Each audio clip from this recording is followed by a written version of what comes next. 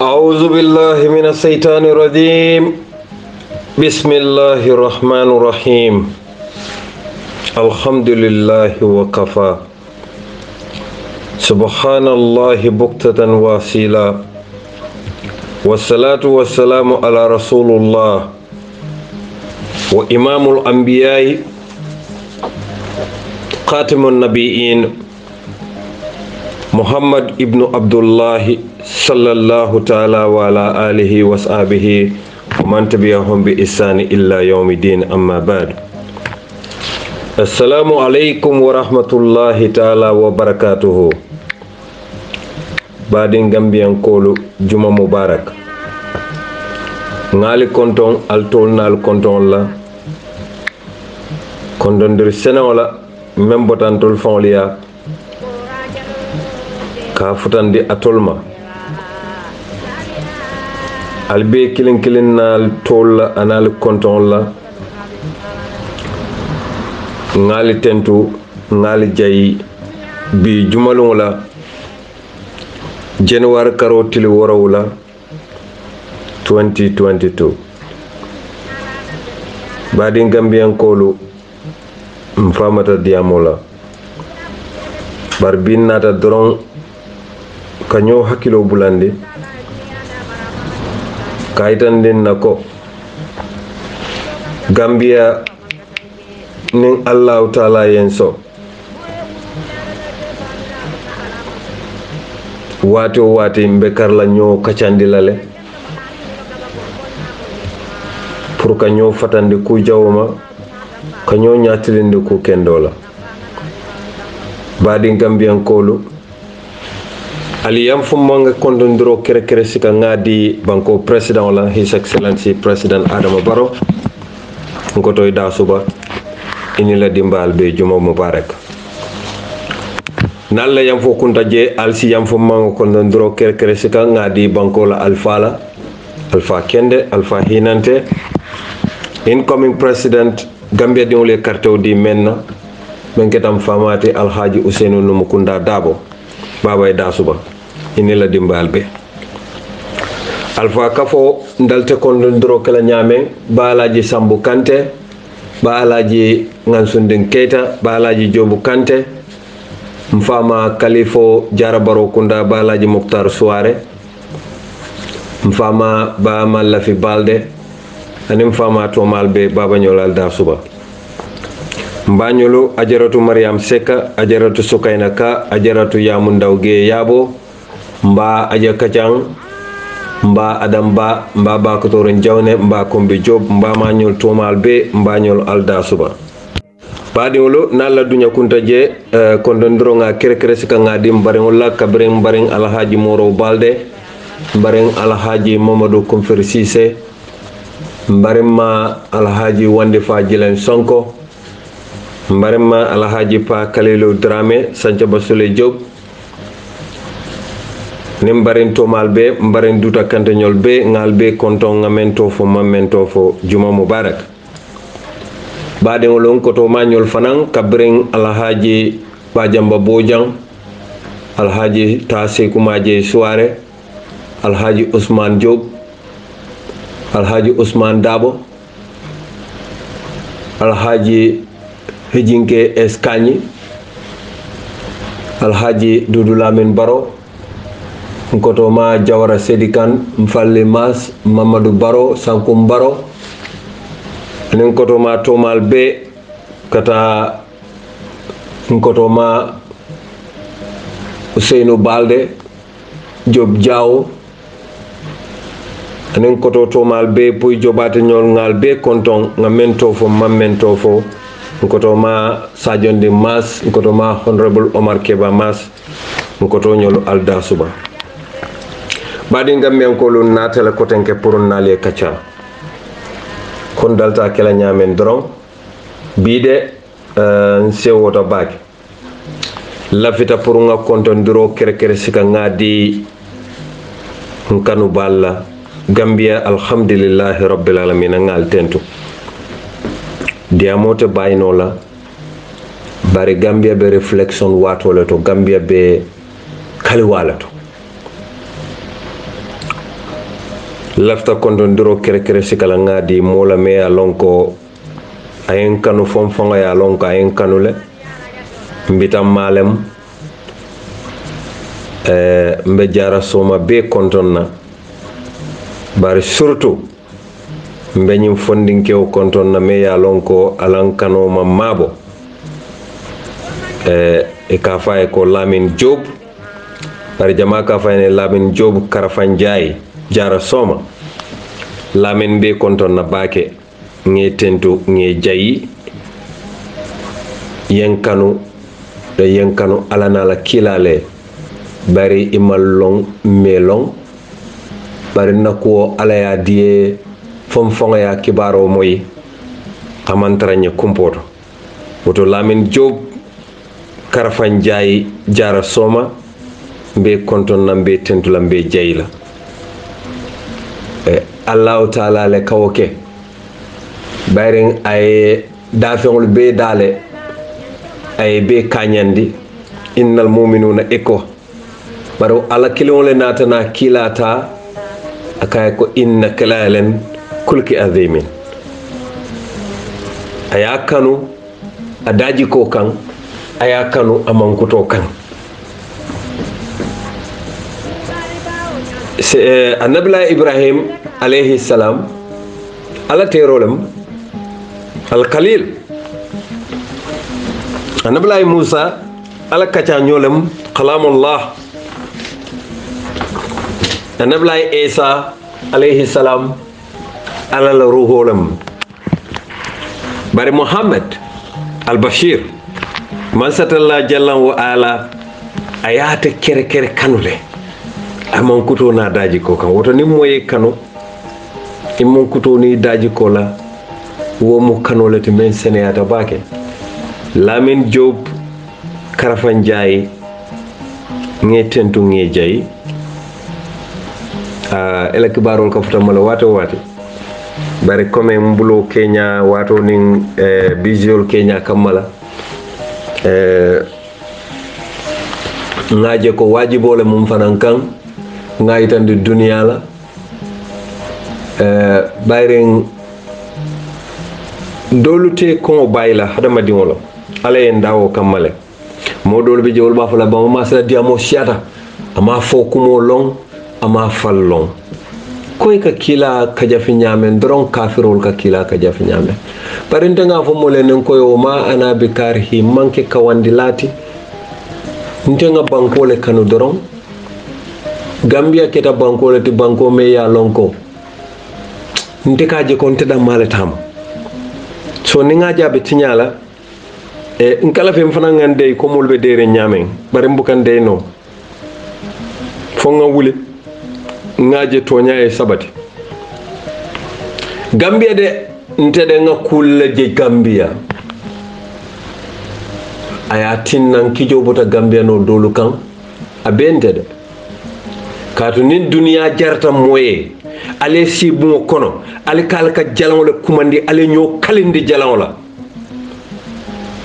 woto atolu alsi koku kenole alla balu kono baren signi yitande gambian kolla ko moli nyo kalindi e man nyo kalindi alala e man nyo kalindi kilala e nyo kalindi duniya la ka jalan kumandi ka nyo kalindi bayri ngalon ko momo sikata alala wadam maleka sila jalan la jalan man fenno amam fenke bari ni lata jalan la fana si fenno ma si fenke no la ñene ketanto la banko kan mol la men ya lon koy sita yi ñoo kalindi jalan la ko e kana ñoo wañaari pour ka banko suña adi ngamme ko nata ka calat khadimu rasul mbe na lonna lo sasila na ulamawolu ni ustasolu ni karannalu ni daratiyolu ni karantatiyolu ali la kutubolu jamaw kono ali nyin kawandi ko muslime dingo nin atara mome ya lon ko muslimo lemu awluta muslime ala kono wara tubita la kita muslimo de nay jalango batu doron ak kafriyata la kufurta tita do arjanna ala barajol be ala barakol be tinyata wolu ne berem luma ay kal jalango la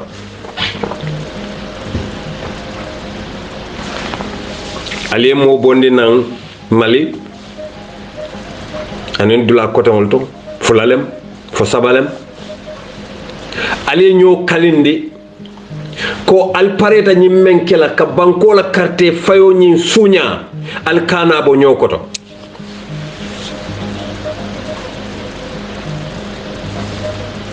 andon ali ñoo kalindi menkan amanke muslime ya siloti ali ñoo kalindi menkan amanke silatini ndingode bare folo Mr. President mbe tentula mbe jayila kunu ngaje Gambia Football Association na katadam fulalu mo jama e kodo pledge koy be makoy la anno itele wo nyaton kay o mo ko kendelati ene mbara danga fo ne ni akende ma ke mba folal bari ni a jawma fanan ke mba folal bari Mr. President, Your Excellency, malon foy bata kalamale bambari Gambia abe tembo mento mbota dame ngawlo ne baren kata dame maw kala ngolonde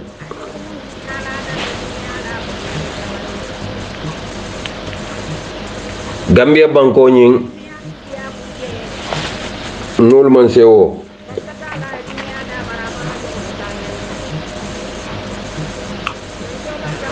Gambia banko mol man sewo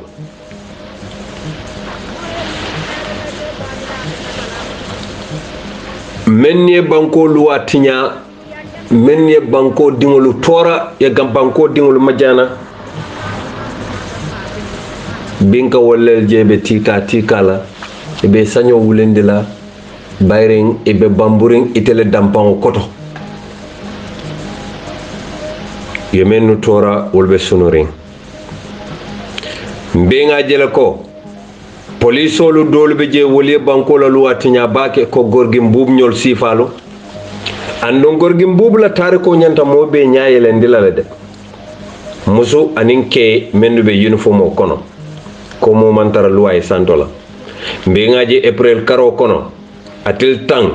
karamundo dinno la mamma 2000 gorgi mbub anin police ko tan men yalon ko ye sembo sika yake bulo kono surtout gorgi mbub adunta St. Augustine's Banjul kab Ousmane Sabali memu PE tijate ka balo tilimbalia aketa wato menna sembo to Ousmane Sabali la bare alala sembo nata wato menna gorgim bu fongle tata si TRRC ayala kenyal befo ko atele Sabali tilimbalia alafta yamfola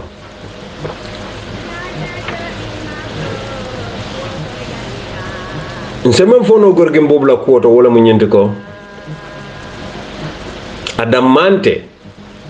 Gambia fani dunna jama bije e buke e juso mutano surtout ni civilianol be ño sabakam fenna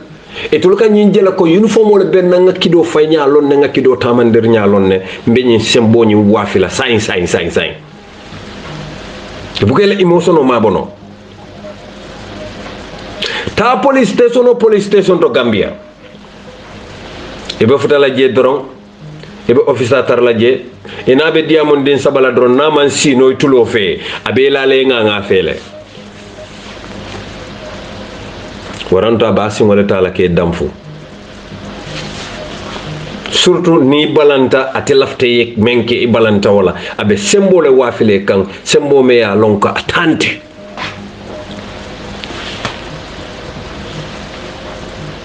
wolentinna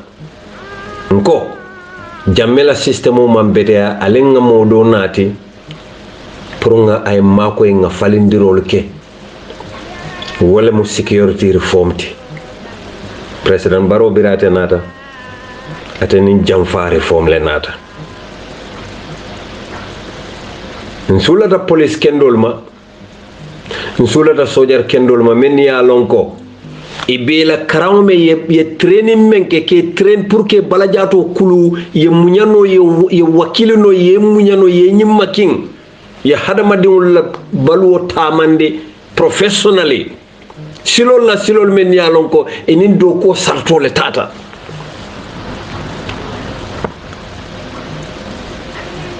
bare Gambian tol kamus officer sifale soto men ya lonko kamala ko beyango dafewo ini be diamo sabala nyoda dron e be sino le tulo fe ngaje safari newspaper to ko kendi mo dole mo alafta police o sambala kitio la ko police o ya bama ning bari ngaje police o balanta kama banen annon telata len sen kala ala ko ya banen wallahi billahi tallahi nga police o soto ni menu diamo to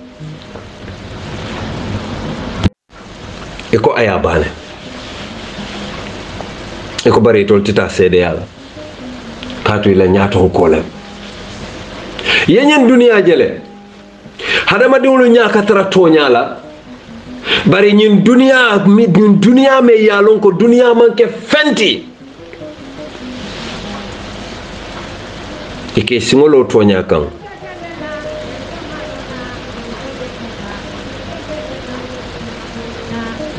iko ka silale pour ka tonya sabatindi pour ka tonya fasa badin gambiyan kolu lafta ngan hakilo murundi koma domanding Allahu akbar Gambia la ko bal fa waratal de Gambia tonya lafta falale alafta burukala alafta badela andon mbele nyanta silangan hakilo murundem fango bala ngaje ko nyin tonya nyin dammale ben kanala yawmal qiyama akuyata meye adiyata meye tonya wala nyanta fola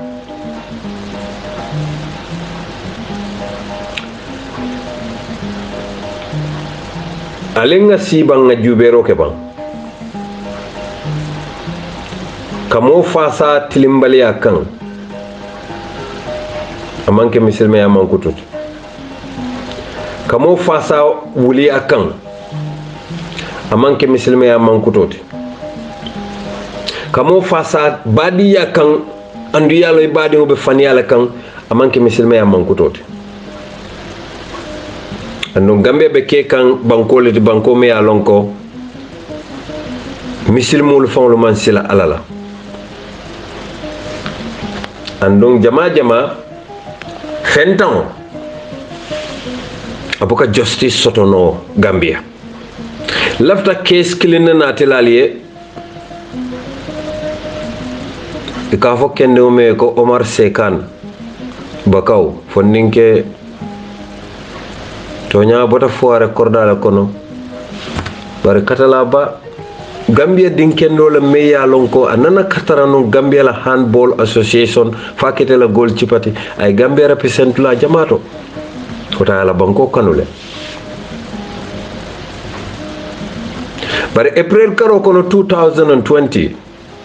sanji fula komando safa sanji klinin kardantan komando abe silo kan abita kan do kola mototiyo ya tampon otuma bala bicycle kan warala masimma aya tampon aya boyndi aya fa e ka fo kendi moy Abdourahmane Jammeh saynga moy ko ya samba mayel tole barbadi Gambian kol wo batil khaden highway silo kan nsafo silo men kata Palmarima kabo bakaw birin kendi moy Omar Sekan buntang aya boyndi aya fa abulata la moto kono aya belo aborta tata afatata badi wole muneke instead of kaje ko nyi wandi dingole fa ni modo en tol dingo fa dum woto alenga ke moluti mennu be mbadi ngo fa sala wala mu tonya kanti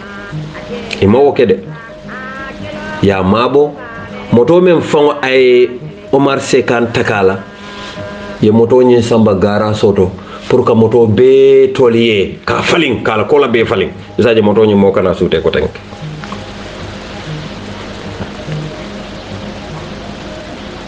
ol josu ay moto nyi samba wala to kala windscreen ol menu teta ke falin ka moto nyi nakola falin pour que cover up ke ka faro hadama di on niyo fa cover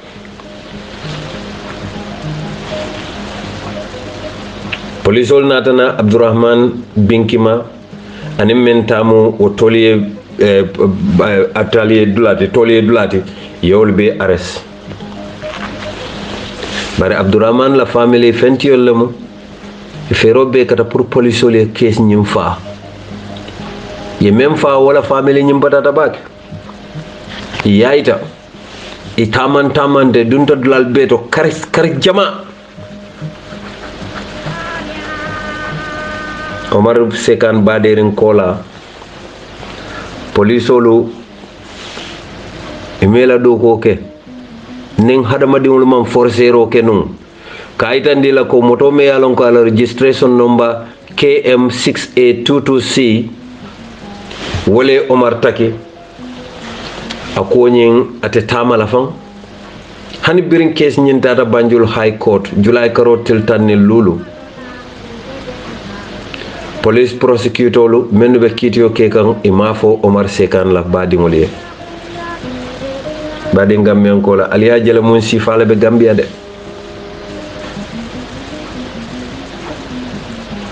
fuarewol le ka bata luwa koto bar fankamalu ka foybe luwa sannale ndol ko lafta nyin sifale e falin Gambia bare make no folo de fankamal be la na flo bondi kanne pour ka bataro fasa nyaabe nyama pour fentawle tora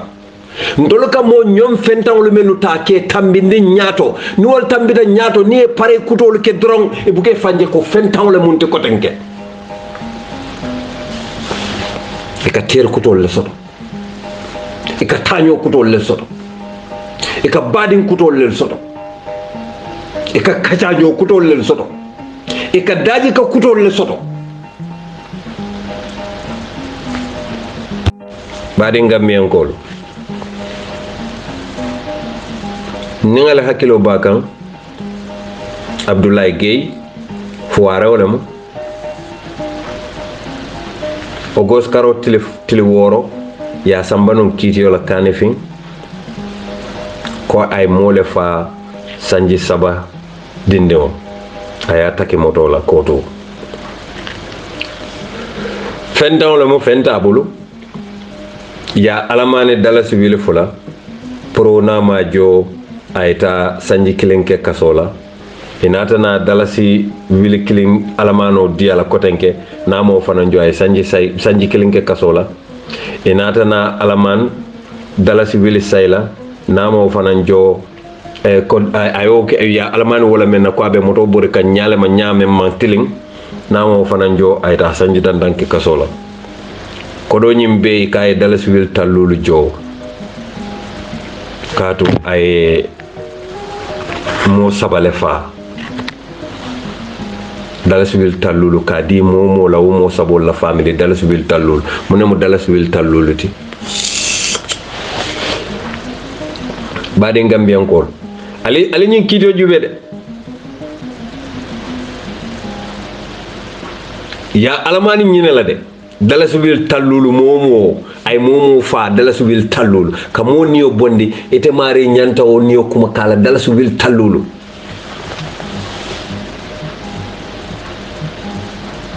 bere wakiti yo kuntuta Gambia dingolo menu be Gambia ni menu be Gambia bantala mo be kam fata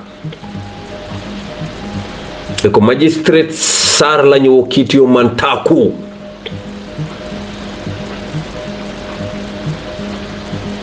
bere moli la diamol siandi dron e nata na kende wonyin arrest koteke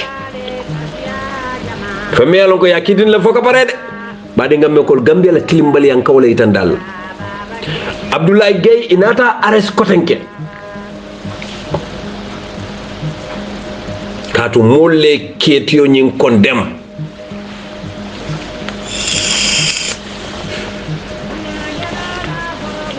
e ko police ol nyanta ko kiskisi kulale la wallahi tallahi Gambia da male banko me alon ko ngaje ko nyeba banko ngom holle ka ko manika ko nyeba banko nyeba nyendi wul kunu fentaw manke fendi hani fata mul ko sela ba do to ko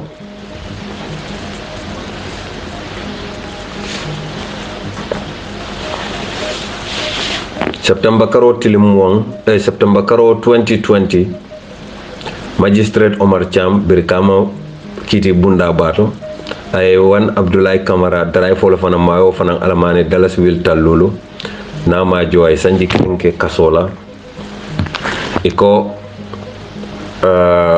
ya kitindi ya loi ya muta ko ay daray fineke amanta nin silola ya ton purakana moto borandi kartan anin sayla inata fay kodo fana jo dalas wil keme fula dalas wil talulu pour ka ay même fa ay wala family niyo sanka bring ko ay Mariama Jabang sanji woro dindi mo birkama ay wala taki ayafa baɗin gambiyankolu niyaje mo faman bono Gambia tilimbal yale man bono hani kiitiyo ni ba kela Gambia fentiyolu kam magistrate o ñini le foya long ñine ben na kiitiyo kela yeddunga kam bunkono naye kaca itoli ya mira molu meje bar Allah subhanahu wa ta'ala me ya lon ka tele ka beje anya bela ya dunda bulo kono ay ta sikiti bunta ay fan ya fasa ñimbende president baroti de Gambia di un fole man betea ñin kuriya metale sanji tallulu ni feng ñin tilimbale abe Gambia ni yete ke custom do kulati ni be boda sata won to ite kake million niyalati ni yete ke magistrate odi ebe sirin court house ite kake million niyalati ni mu loyati ite kake million niyalati saying hani member state house amanja fa banque la nyaw nyam bar state house manke banque de wol fanan kake million niyalati badi Gambian ko be kay ke million niyati banko be do kula nyadi how possible no titano sisano anu badi Gambian ko ñine Africa faw tora walantina kunu nga documentary safe nko photo nya tonya Africa ka Africa commanded the cradle of civilization fondong it was only a myth because ndama faham ndolman civilized han do manding man ngay na man ko iman civilized ndolman civilized do hanet sinya killing kadu baɗi ngol civilisation mo fahamole to ndol man faham ndol ganna tare ko fangole tiñanga buruka ndol buka Africa la history fono Africa la tare fono na manke tare ko me ya lonko menni mara wolle wodi ndol ka wole karan nga wole long bar Africa la tare ko ndol malo ndol man fangol le long Africa dingolu ya Africa jamfa surtout ala tubabu karande wolo arabu karande wolo fanan nata wolo fané ma koy na dalilo te jam fala de ajube doron na karandir lalu menu tata arab du warankata rom na dina karannal christianol ni musulmol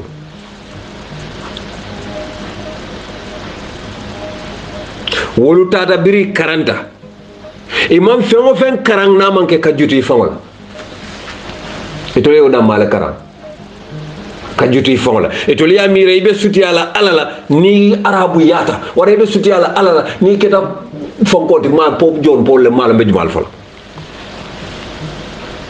itole mira lo e wala dila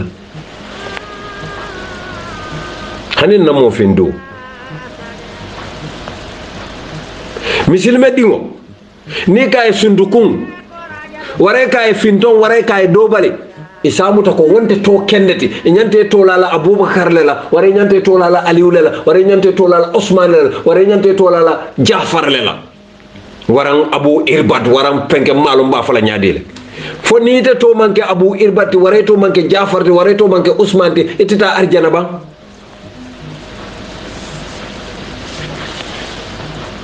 badi Gambian ko isa foye ko ha nimmo wuluta e nyanta to kendo le dilala e ba kumande la Osman la wara ya kumande Muhammad la wara ya kumande Fatima la wara ya kumande Zainab la katu na fata malaikol ka to men samba wonyanta kela to kendo le ti foni koye konka alaji busanti niyo la samanan alaya alaba fole ndako alaji busanti to malla fola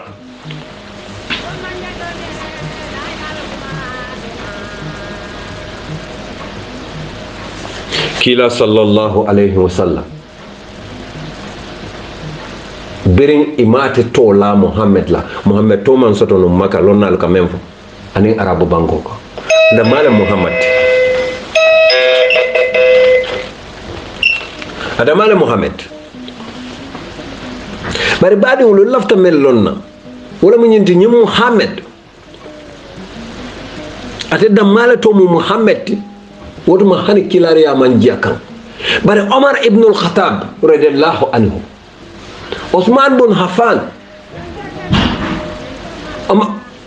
Affan Abubakar Siddiq Ali bin Abi Talib anin sahabol be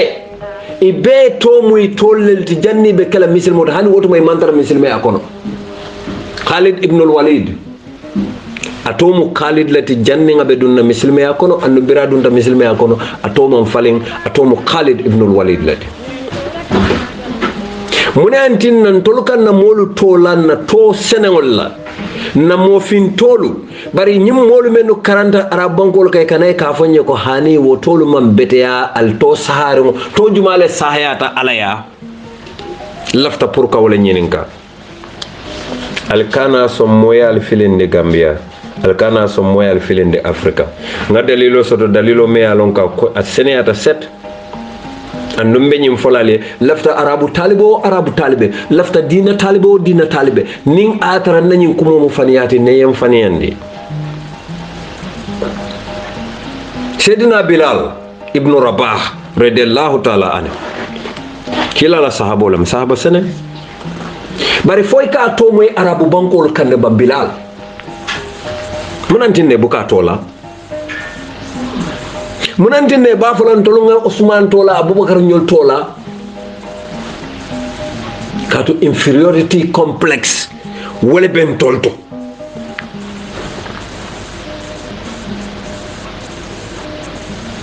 munantine nan tolta fola Bishop Diminko bari mba fola Bishop Peter Bishop Paul Bishop Michael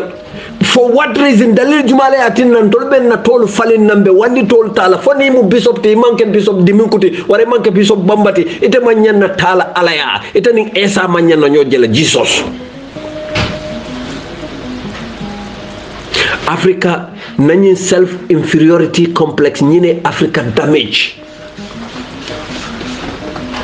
ese mo fingoje ninga karanta nectar costo den ñinde ni ka dol ni ol dundo hani ko be finde la musol fon folo ba fole ko hani ta finde la tay be paro falinal daba kurdo ni ko ni obita office biro mul be jelelal manan nan tolte keno lam fangolti ngombe kala menute mom futawulma mbota dameng mom murno koma ni ne keta kaba kote abala fa warta baki nde makam mafo Bilal toti jede bara mansia bari ndolla talibolu ka ika fa itolle bani faye kulli tol menula ikoka arabu tollelta fo arabu to ni to manke arabu titita arjana ba kato ike to la menula wol to mu wolati janni be dunna muslimi akono biri dunta muslimi akono to kilingo ni wolete tenda fo e danko man satallama jalla wa ala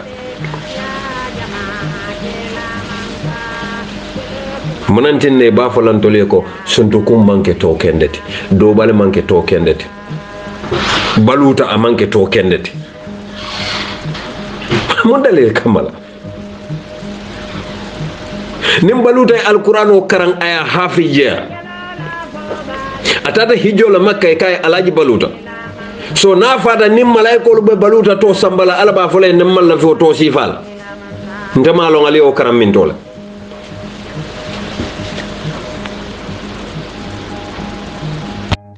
ni aje molu ka fo bambala diamo siata bamba maska diamo bakele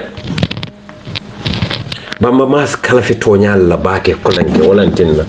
ni wonde diamo en dafa nam batale alfa matam moy lal day tili dandan si inte buka diamo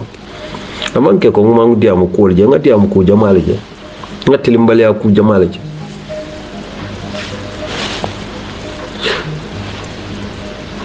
ngakaran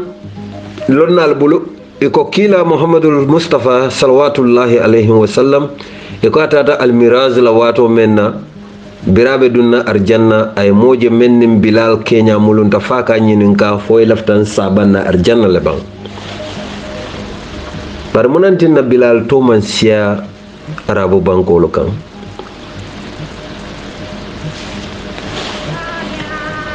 badi ngambiyan ko kule be kerinde lafta pour ka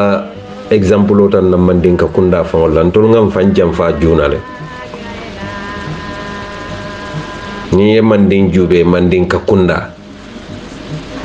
Touré Cissé anin Jane wol sifalun ko morol lem Touré mori a 40 aman karan morlem Cissé mori a 40 aman karan morlem bari Touré mori ni Cissé mori ni jejube ni Touré kunda juba ni Cissé kunda fo ina ne ajele ban Touré kundan kolu ye dingo tola Siriman Kanda Touré la nabi jaman siya ka bo Banjul kata fo Guinée Conakry aman siya anu ni tara Cissé kunda fanan ni Cissé kunda be jube a kawna fan wana kartantaw be sende mara Cissé to ita tar la je mune o sabu anu Siriman Kanda Touré anen sende mara Cissé misilmol lem par monantin na Cissé kundan kol nin Touré kundan kol buke tola inferiority complex ka jutuy fongola kadu ñing alpha fulo wolle mori to si Cissé kundan kolma wolle mori to si Touré kundan kolma ni aje ka fo Touré kundan kole moro ala nen Siriman Kanda Touré bare ni Touré kundan ka jama ñinin kay malom fa ni aje ka fo Cissé kundan kole moro Cissé mori ala nen sendeng mara Cissé wala yantinna Cissé kundan kol keta morol ti ñille manding mor Kanda kundan kolti bare manding ñinata wala le il faut yemenu e ko mo le ñinata la sa ko manding kol badi Gambian kol ali ngam fan koros ban ngam fan jube ni tata keta kunda ite sunjata to tarlaje ita tarlaje ni tata Konate kunda ite nare maga to tarlaje ni tata Trawalle kunda waran Job kunda waran menum ni wo mulunda ite trama kan to tarlaje bare c'est sanyo konkon la ndol mo trama kan Job trama kan Trawalle trama kan fenke bare bukato la iko al muslime tolu la muslime to mu to jumalati namanke Muhammad sallallahu alaihi wasallam kato ñin to dol be hani biri be kafiri yakono hani biri mantara muslime yakono o to kilon le be la silam jumale to jumale muslime toti lafta pour lon nale ma ko ñene to jumale muslime yakono to jumale muslime toti men sayata kato ni ko alaji Muhammad iko alaji dimin ko ñim be mu muslime tolelti alin kana ñone ne Afrika ya fan jindi bakele Afrika jututa fangol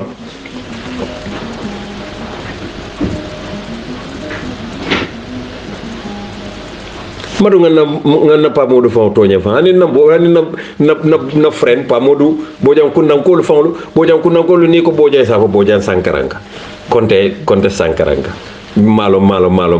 bari jumale be kono be bojang kundan ni tata je bi ni ko daman sa wulande moma tola idol malo fa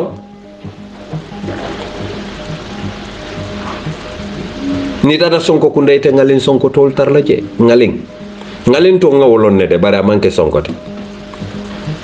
ni tata Kante kunda ite Sumanguru to tarlaje foni ko alaje Sumanguru wala ba kala kafiroti ba ni tata Kurman kunda ite fakol tol tarlaje Afrika yebo afantole hanin tol fon la mas kunda ni tata je ite mo tarlaje men to mo jañam fara yet ngan sanyo konko mas manka jañam fara ndol mu mas kunda ko le mas manka mas kunda to jañam fara teje freng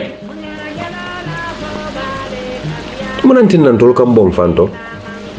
ñancol menu ka fonte mu ñancol ti ndol mu ñancol lati mo bu ka janke wal tola ne sayta menu fangol doto fo bala bañol lemban bala tinkida nte ka history karande wato men ngaje ko ñin tolu ma ñanna burkanola because hanni tata muslime ya dino to Mansa Musa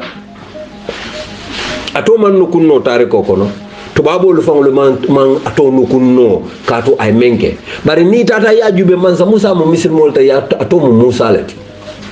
woto annabla Musa mol sonta ka to silano ni edi woto la annabiyo mol la man bala wala annabla Isa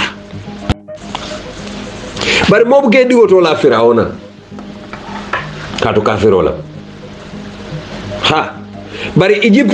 Egypt banko mu be mu 99% muslimo lati ila katadam futimo mu di feros lati Firawna yeto ila katadam futilo timo to la Firawna la munantina Egypt lo nalma foy ko woto mambete baade Gambian ko baade musulmon baade christianol alengam fankano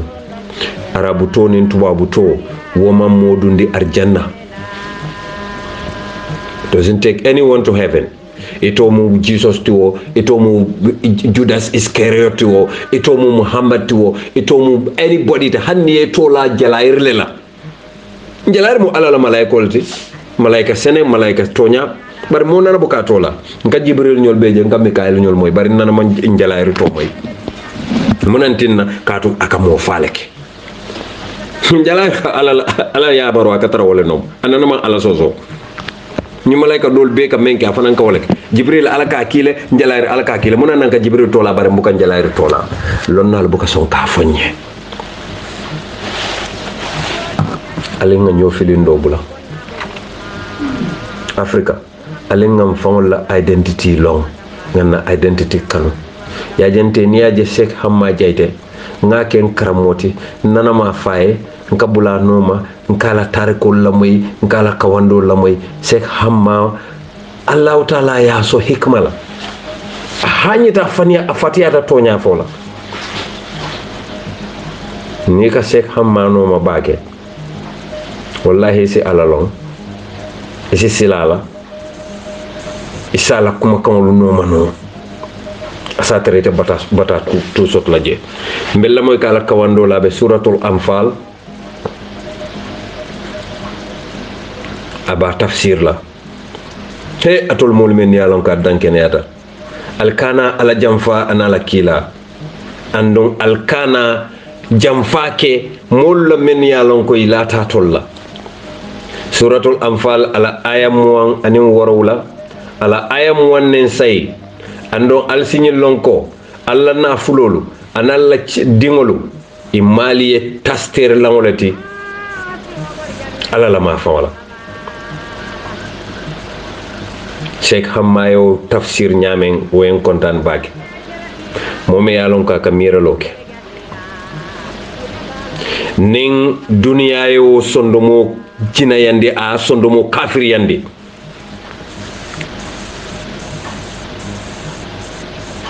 men yalon ko imam faham e kawlu jamale filendi woto mo kana sila ka toñafo ani sondo moy mendi la kolo mo toñati kato momo e kam mira ite fe wala mo ku kendoti bari wato wati ya mire nyonte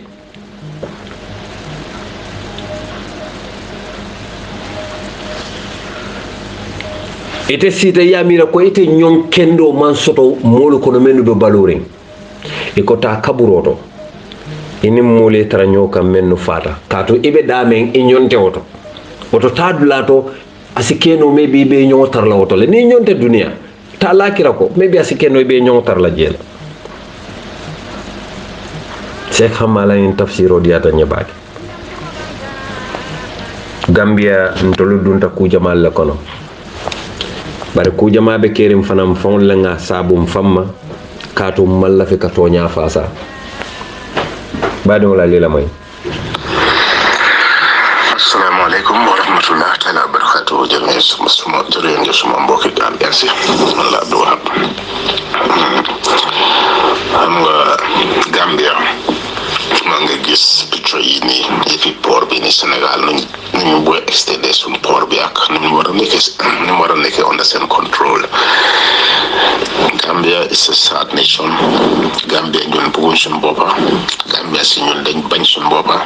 Gambia si bëgguñ sun di ka dem kanam Gambia si dañ foog na ñun bañante mooy tax di ka bi dem kanam Sénégal duñ dëkkandoor bu baax de waaye gis yi mënuñoo teel a gis lii soo waxee ñu ne waaw ñi ñoom Gambia Sénégal yi benn bopp lañ ñu xamul dara ay ko ñu xamul dara ñoo dee wax loolu di ko sociaye moom booda foog nga bàyyi sa xel doo ko ubbil sa bunti néeg ubbil ko sa bedroom mu toog si sa diggi lal bi yow sa bopp sax nga bëgg a tëdda doo mun a tëdda because mu ngi toog si sa diggi lal bi Gambia Ports Authority lum important si Gambia si income Gambia and everything loolu war a nekk si ron Sénégal yàgg naa nekk si ron Sénégal waaye léegi mu ngi gën a feeñ te Macky Sall soo gisee mu doon dimbale Barrow pour mu mun a toog yëpp interest si Sénégal la dinañ doon try seen all best pour Barrow bu mu lose election bi te loolu moo am Gambia si nag ñun ñu ngi foog ne ñun dañoo ñaawalante ñun suñu ñaawalante bi loolu mooy indi développement Gambia ñun suñu bañ UDP mooy tax Gambia dem kanam allahu akbar waxoon naa leen ko de UDP rek duñ pay this price in Gambia coono Gambia UDP rek duñ ko fay ñun yëpp suñ kaw la nekk koo xam ne yaa ngi toog Gambia yaa ngi si biti di yónnee coono bi mu ngi si kaw ñëpp Sénégal ñoo jël lépp Gambia da say waatuñ dara loo mun a xalaat mu si loolu Sénégal baade Gambien koolu atol le ñim moy yalon nafiko la ferociata nafiko la fero sembo warta iko president Adama Barrow le carte o win anda e momen gagné ay gagno men ke mo wili kemenani ayo ñon soto la bari molu ka ñinin karo ke kafu president Barrow na findita mo buka tarje mol buka moje wili kemenano le wallahi alka batandi ñinin karo lal because wili kemenano be damen aliye wolonne mo wili kemenano be damen aliye wolonne mbele nga moy ñola Gambia téléphone commandiro moyake ako kende moy ko mbatu nga président di le nay gagna ina e kacha carte o be konti ka wato men AIC be konti rola président Barrow ning AIC la do kula do be diamola carte fay lungo suto président nga moy aka fay ko this is unprecedented. Indeed it was unprecedented. Bari president ka mune fo même unprecedented ta ala gagnola unprecedented ta bang fo kende wunye do ko men kay kende wunye ka fay men na ko tasi tenkun fo le unprecedented ta anana man soto Gambia la tariko kono kabrin Gambia ya fansum independence soto 1965 ñin 2021 carte fayo sifa nana man soto mole si ñokan ka jalango batu ka ke kali jalango la kadum misilmo ite ko ilata alalla nala kila sallallahu alayhi wa sallam berellu me sita jalango kunto ye kafiro kumandi me ya lon koy fanga ya lon ko abuka ala fo abuka kila fo aka jalango la fo ye kala la dorongolun ne kafiriyat e ko pour ikana ñoo jamfa walantina alka wuri mbar NPP albukela nyaton kol moy mo buka diamu de bebe deren tek ilayin kullo me be sire nga kan ate wanyar la barentele nga fale Gambia alba be moy la bebe Sénégal set fon fen tamata je alba fola ndum mama masé nyim fanam fola ibe bola nyokoto kadu bola nyokoto ye kali jalaw la baro be nte nga long do ko te yalo andu nga falien ilawo jalan kalo be ka moro kumandi nan nsafo ka kafiro kumandi nan aka bulo bula mol da kono state house ka jube jumala nen kadimu rasul kadiyamu ngaw be falien na ka cal kono la bari almanna ko mo moy mi nga ñim fa ka modol ni ko yalla UDP kono bari wala mu toñati almanna ko mo moy asike no dol fawul jurta na ko mo la lay ba mo waso ko fo ba mas dam male yalo haninte dam mama lon te fa lon fang e ka fo ñel bar menu ka fo ñel laté la katun kana fulo bondi la jama ba njikita ko te fani afala nye andu ba ko no le ka kele ifongol dabe je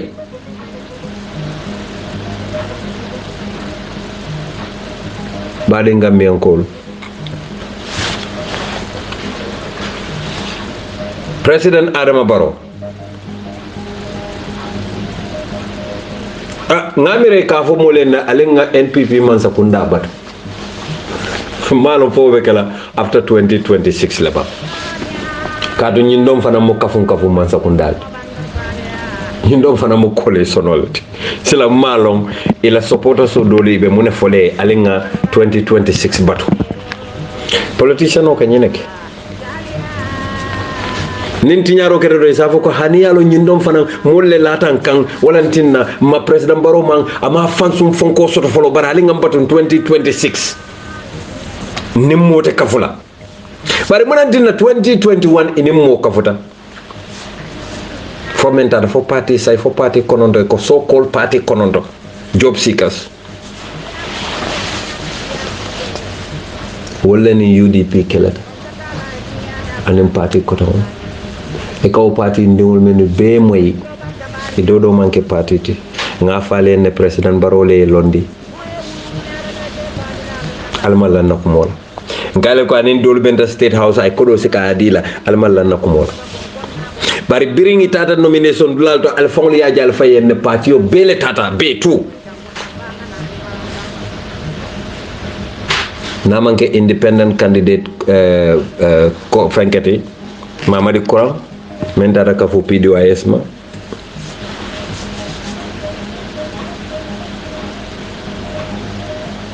ndombe ko itata ka fo president Barrow la ma alingam fanyinin ka 400,000 o min e carte fay president Barrow ile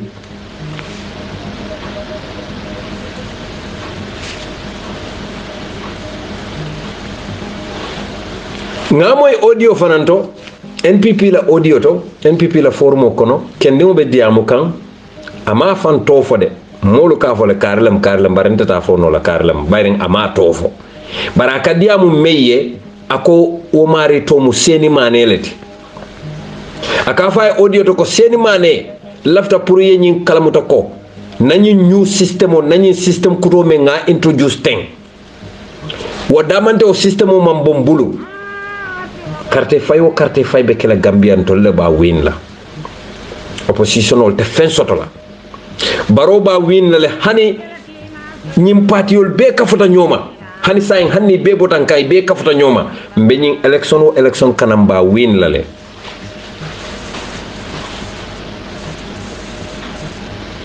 ako nin député carte fawo memmina itol ba bele winna nin tallu le mu tannani nin sayo be tol ba wewi na UDP fawta fen soto la kendi moy wolof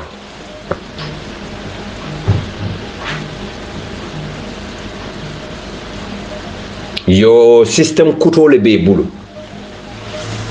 akodi ya mumandia barin kana mfa wanyarde alen kana fo moye system kutole be bulu menni ay sila system o mankele badi ngambe ngolon kali ne ko nengo yomal kiyama lonnal ko alaba mutalala ta diamula sonno mole be diamula andon kadina alfalje kanyim bataro nyine fasa ya mere nen ala kam fata Gambe kam manyin ko la ya men kafo wote kala finyin koti ba dunobe koma ba ifolu dabe ganya kan bari man hanyila fola kato yi nyo kalendile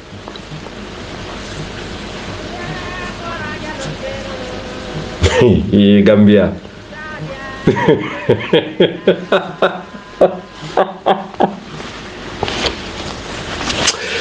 illa wala NPP alla ko bukante nyabo ferek ate nyabo nola kato ngam mennu jeje wala manke motin si nyabo no mennu to hanna ya tara ni be tamala ko paquetol le ka jolon kodo inna amwalikum wa auladukum fitna fion bukande sambadulato e jube daro be tika la nko tubu ila Allah al tubi de nin saya e momo taraje hannin ayatare kamilol be ya be kitabol be risala nyol zabura nyol fon be ya be le kare kunna e bita jahannam le alafo bambala diamo siata de alafo bamba ma foku mo londe alafo bari al yawmu bil yawm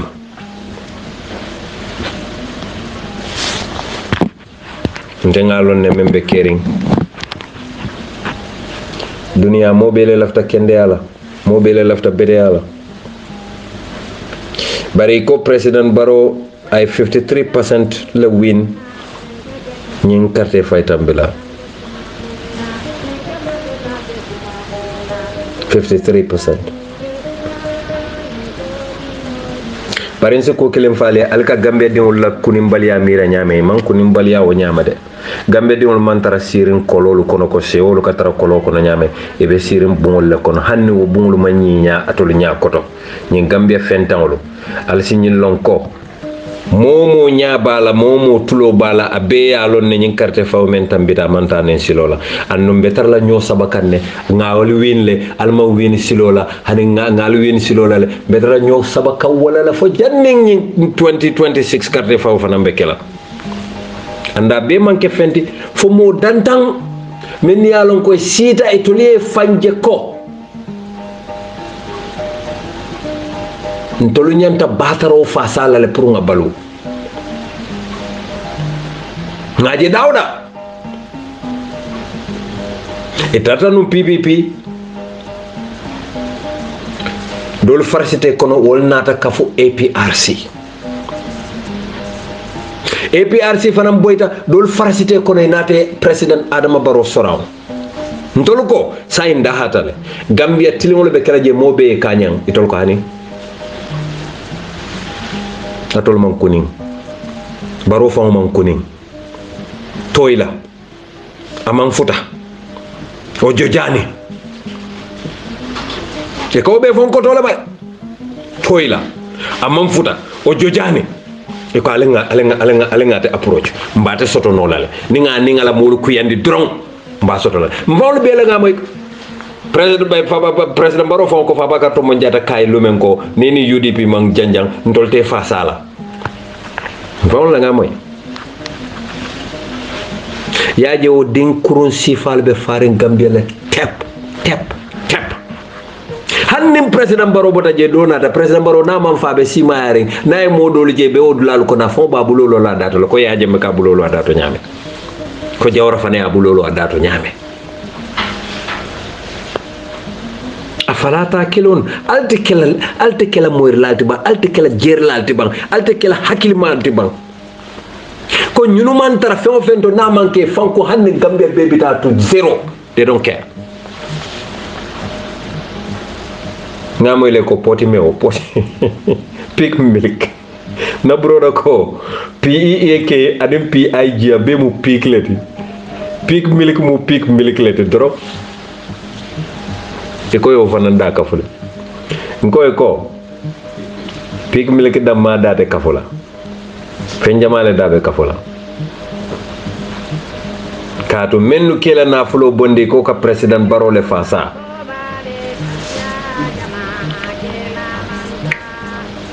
nin safar lalle mo businessman o lem wali fen fen dundi hani dalaso ni ya dundi president Barrow la tisa to kunna e be o dalaso le lala marchandise ol kan pour tolu do balu ni fentan o nga sang so fen ol date sone anola alen kakar si kaw mira fan banko bete keno la hakilen tamuti même fola president Barrow ni imila man sakunda ma keno ka Gambia dingolu ma koy ale menke kunu ka fundraising ke ale o fundraising siandi isaji ambulance ol sisia musol kana fa tingoto musol kana fa sareto lukan nga president nga first lady je my boss my student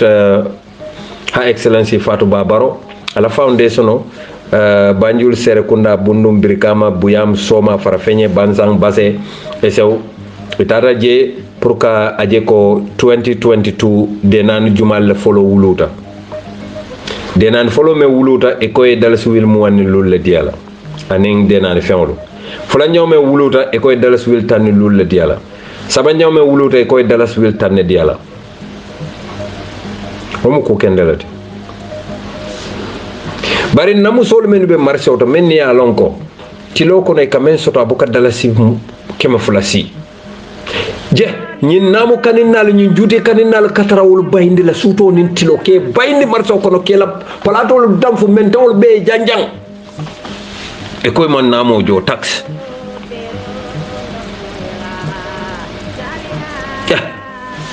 dolu be je kawol lipa fam dolu be je ke kuruntu fam marso wol kono nani municipal police ni fonkol ni be ñola dorom bari baade Gambien ko na jalol men yalo koy bota bank bantala banko la ko wal sina Gambie tulum ite namo jola isi million ko inaye finde Gambia banko kan hani tax killing ita jola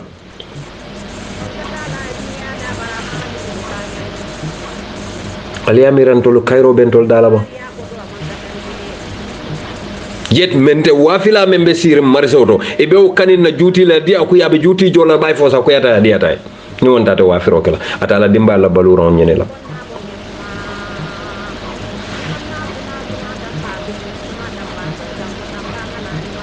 na business manol men ni alon ko ye president murmuru ya beng wala bagasol sina poroto million and million and million and million over million to container ye law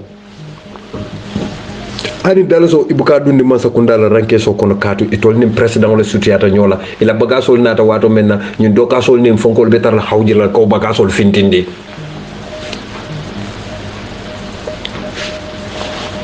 e kon tolu si ala soto no ban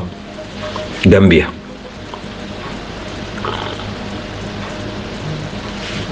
ntolu be ala soto no la ban president Barrow fele e ko e kana celebration la ko ba dati la passé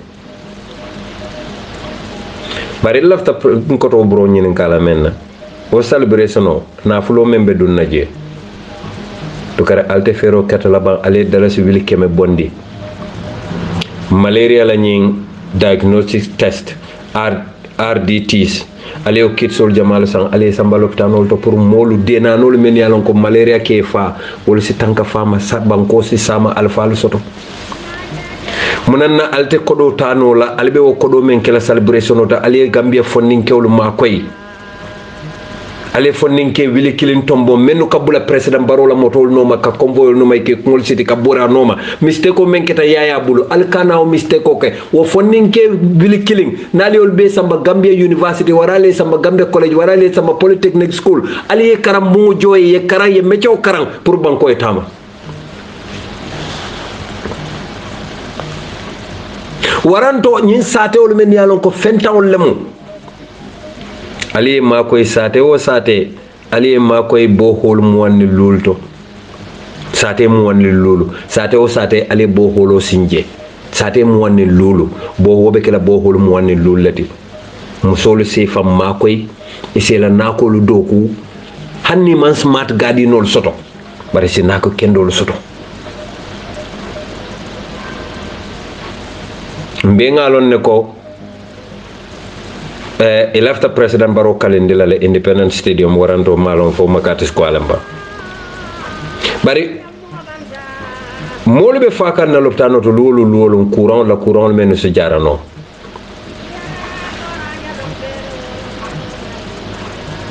tubaw karanne wol maybe alman alalon alman la fi kalon bari alsa lonko alaya lonne allafta alman la fi alabe tenten na le kal long andon abuka koronto al koto ate koronto la al koto fana ngali ya jele Guinea Bissau yalo wol manke nonsense molti ngamere Guinea Bissau nyancol be oto dammale wol fele Omar Sissoco hombalo ni Macky Sall e cigarette fonko men sign ka tulo Guinea Bissau la tulo sunya dibitol ya bele ban president la decision ya be ban hani men fon be president la patio kon mam mayra aussi fa be keno la Gambia dolla ko mo bala faltit pig milk ko PEK pig milk ngonta buka pig milk fami pig milk e ko dalas tannani namanan dolla jara baro kunda do karal kana pig milk sande altanna korolto ko sela nyol ya alta sela nyol ya fa keke poto keke wa karasu mon poto la ala ya man na cura ko lu kam ngamin ala nga nyaka si pig milk la ala nga tanna korolto Gambia tilimbalia abe bola Gambia la inshallah subhanahu wa ta'ala nadia mo kumfadula wala keta nyin Supreme Court la nyin decision o nyinti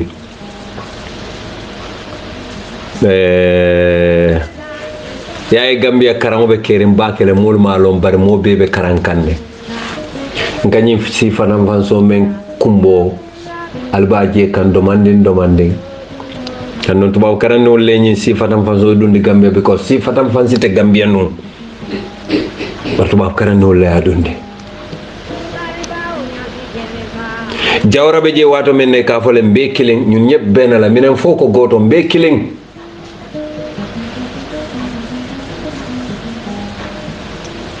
bari birin sojerole bankota 1994 e dunda yaya ko te kay ko ñin sidol malla fila si fatam fanso wuluta atata menta sanji muwan anin saba ayo ke wato men na sunkutendi yata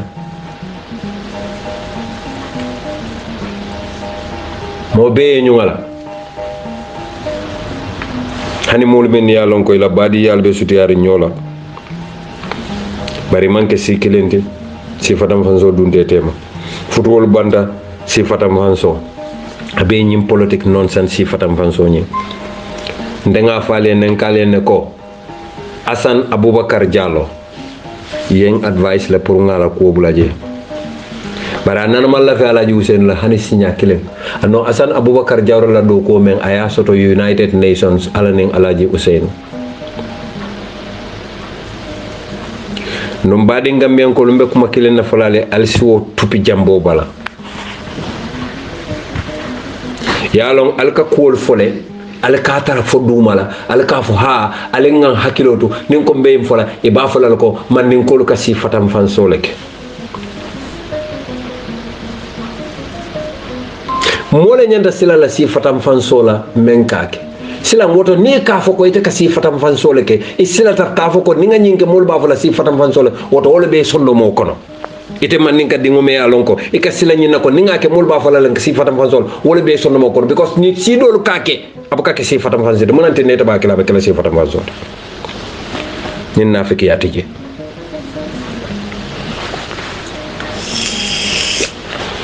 bade Gambian kol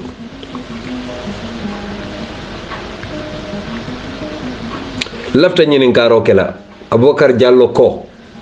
Assane Aboubacar Diallo ako UDP man baro serve notice la bari silam baro la loyal kamune nyini court house ayatare me serve notice nyina yaay honorable Mama Kande nga tentu bake nga jayi hadama dingo tonya ni be tonya fasala Mama Kande le sutiyata adama lan teti adama baro nay Mama Kande soto wole ba na fala nay nte soto asulata Mama Kande ma tambe ay sulantema kato momen be Mama Kande koma o motente koma nyimbe mu tonyalati bar Mama Kande balanta o bela na dunda adama la kafo kono bi abe kala cabinet ministeriality billahi wallahi alazim bar hanu mo kumpa barako hani ntabe tonyala fasal abulata tonyano doli yanenge kumo be fama ikaka baro anyanele Gambia ikaka baro anyanele ika momen jakani kuma sifal finteni doron ala la mo danka molam ibe baro anyan la munela hanin da fawasi keno kan tumi la kon ka baro anyan la because mami ranta be ko to anyan la ndama anyan fe on fenda because ndenga campaign o bele kay nga fe o bele kay nga nana fo lo dunda kun bara en to nyenne andung a warata aya fon wara wa ba wastakbara wa kana min al kafirina aya fa wara aya fan sikandi santo pour kante bolo say anda yen toñana anin ala tema yalo na yen toñana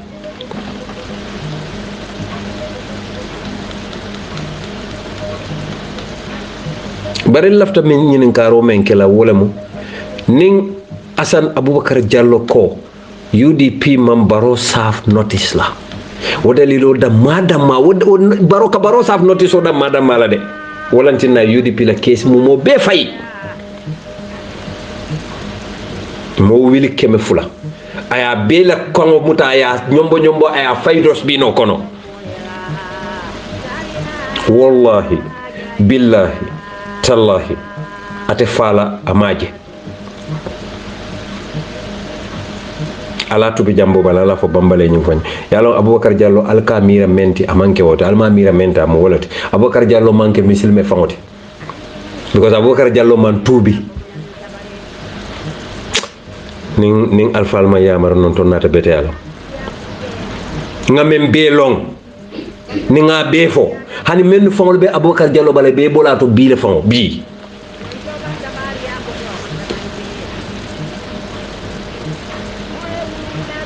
Abubakar Jallow jankadi ngo sotole Asan astaghfirullah Asan Abubakar Jallow Chief Justice Asan Abubakar Jallow ndakat la fala Abubakar Jallow ma fala mbe to nyana ken senke baba hakoto nye mo ala mo ken dolde mbe Asan Abubakar Jallow la Chief Justice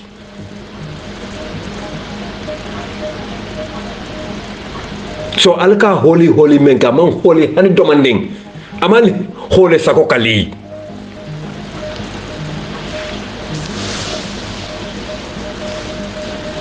falma lonko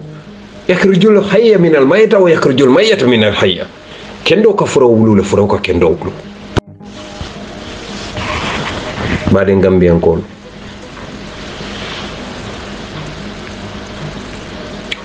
alenga man satalla dani fasing nke junube kafar molti katon tol be la fe kosren bebe bono la kono alenga ala dani nga tubi na tubo e senea kato hani kila kaka tubi le alila moyen assalamu alaikum bi muy fofu mom muy febar sax dafa bëggoon ñëw waaye mën ta ñëw muy tudd yaaya foofa muy febar moom muy foofu sax moom fan la nekk moom muy Njoben Fula Njoben bolong la waaw bolong waaw Fula du waaw waaye léegi moom febar ki gaañu muy jaami safi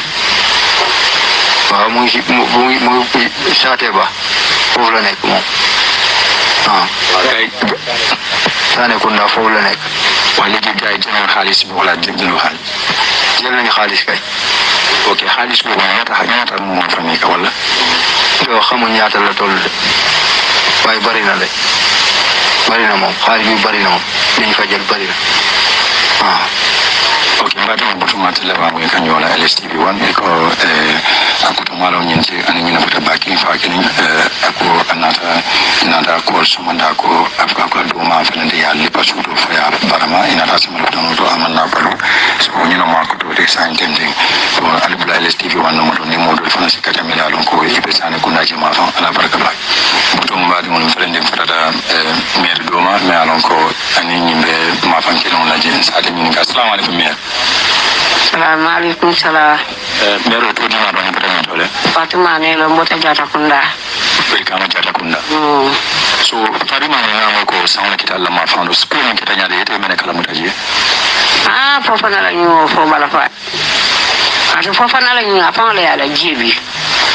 Abiti kula. Ntanga makao moi pompota. Ngo na sinkutu ba nga wili ko fofa na vital. Matanga salji muta. Ntanga salji muta mpareta. Besalola. Na dino milta ataka jongongo. Ngama ba kumala ko jimalo. Nga muneketa. Ngana saloko. Mparanga na palantero yele. Ko majibi. Nindo manata. Ako ni mane ungana. Ako ni Fofana fali. Fofana mi je bisanya ko ha. Mpana mpunti tantata. Ma Fofana taralari. Ala jibe lori. Ndunta kamaji beno. Ngel be fundi ta kan wala nyama. Nyindinke. Ani ako to madinke. Ye moto tana wala nyama suto. Ye Fofana samba. Wala kata suto talana. Fofana kabili juna manke bikuti. Mari ni wo kai. Ala la ni ndoro njongo buka nyame. Atem Fofana ala jielo ndila manke bikuti wolu ne sokana ko na gawila tel kan tel ko ne sokon. Hali birum pompo pa man dun sokon. Fofana ka jibili ani musibuka nyosa pa pompo. Na ala jibiya ba. Ndepana na jibi ntanga jana ko matiki. Tel kan tel bi hani ndi suwa. So akamu da Fofana atakanga di suba jun wala kana akala bitako bunda yele fo. Abuka yele. Na bita pompo ta ka chabo ka kan wala. Hani pompo be na sukon. Ala chabo ba kan to. Na puta ta jibi na ila kurat. Ala jibi bi. Ala salji muto jibi ta salokon. Aya lonne. Na yi kuna ala kurat. Ay ta saloka ina la bitiko da ila atara mol bota subat. Atari akala mutawatu wata bitiko bunda ma yele fo. Ani bitiko bunda wata minan telba kala mutal kom Fofana ya yele la bita kuwala. Fofana jelo ndi doro abe dunna bun ko no nyini ya ata ko bo wala ko. Par ntel no jede. Padolo aliya moy ñolale fonding kewlamu ay bitiko le yele birikama sane kunda bandiol tata noma abota jiobi la kata suba sali idendetaye ya kelendi ya lipa leparo ñi mannana tu aniyo tuta amin jodo yata woleto bari Gambia nkabodame ngawlo ne barin kata dame malo ando nyin nyanta kala mo be kawandira holta mbe kacha dannale janne mo be sake miral ranti ngani lonko ndolde ala dorom anala kila fo nga nyatili walla mbe nga songa tonya fasa ko tonya atele bela banna nimma woke ha ndemantolje Gambia dingolo nimman son nyatilin alala anala kila ndemantolje nimman son na kawandilali ye tonya fasa ye tonya sabatindi ye lo tonya kan e ka tonya fonye e fonglo ka bara tonya la ikana monya kono jube ndemantolje katu lampo be mendu bulu nuwele la luso fa mbebe tamala dibolla andu woman kentol la nafa kuti amantolu nafa amam muslime nafa amam Gambia den nafa namanke kolayati anen kolaya anu alala kolaya alama alayen be tanko makila hormoto sallallahu alaihi wasallam badin Gambian ko lumbe danale janne alama man satalla en dema kilanen kilara mo hormoto ninga kuma fo jang menni alquran kulo manta alsalon ko won defon la jondi ya na solati bare ninga kuma fo nanen alquran kulo tata alsalon ko man satalla subhanahu wa ta'ala la kumo lamu amangen defon la kumati assalamu alaikum la ilaha illallah la ilaha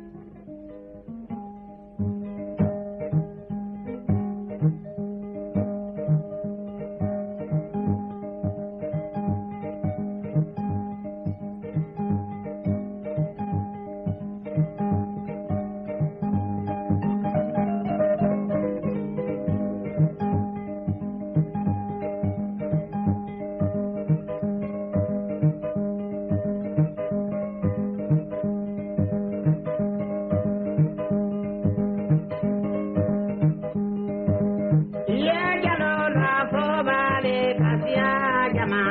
kela mansa kele kuma fo bale kasia baba kele kela mansa